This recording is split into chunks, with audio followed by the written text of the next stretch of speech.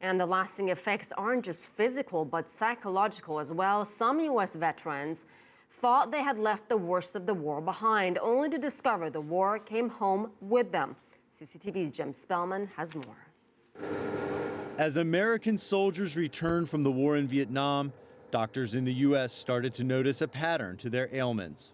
It took a while for many of us in my field to recognize that so many of the returning combatants had problems.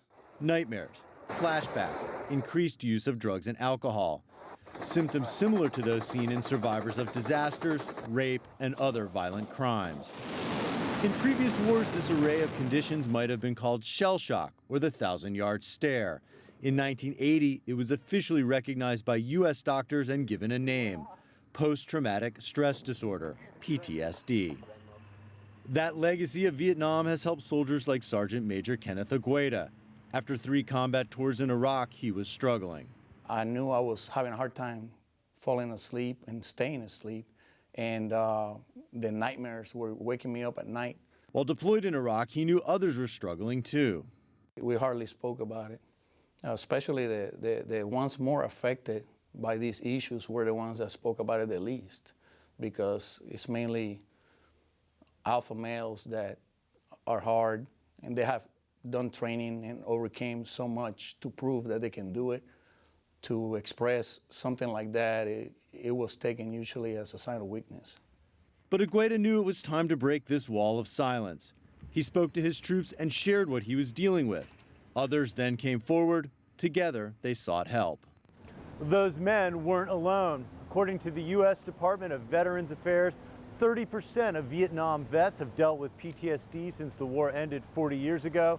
For veterans of the wars in Iraq and Afghanistan, 11 to 20% deal with PTSD in any given year. Now, some doctors are pushing to change the name to post-traumatic stress injury, saying that adding the word injury will further reduce the stigma associated with the condition. When you come back from war and you've been injured, there's honor for you, there's comfort, there's actually a medal of recognition. Doctors have been refining treatment, and the military has slowly taken the issue more seriously. Sergeant Major Agueda says the military has a long way to go in treating PTSD, but treatment has helped him, especially with the nightmares.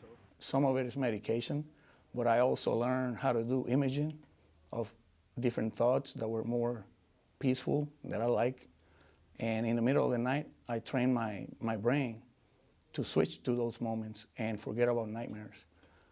I can tell you're getting emotional talking Yes. about this part. What are those emotions? Because I'm glad, but it's been a long road. It's not over.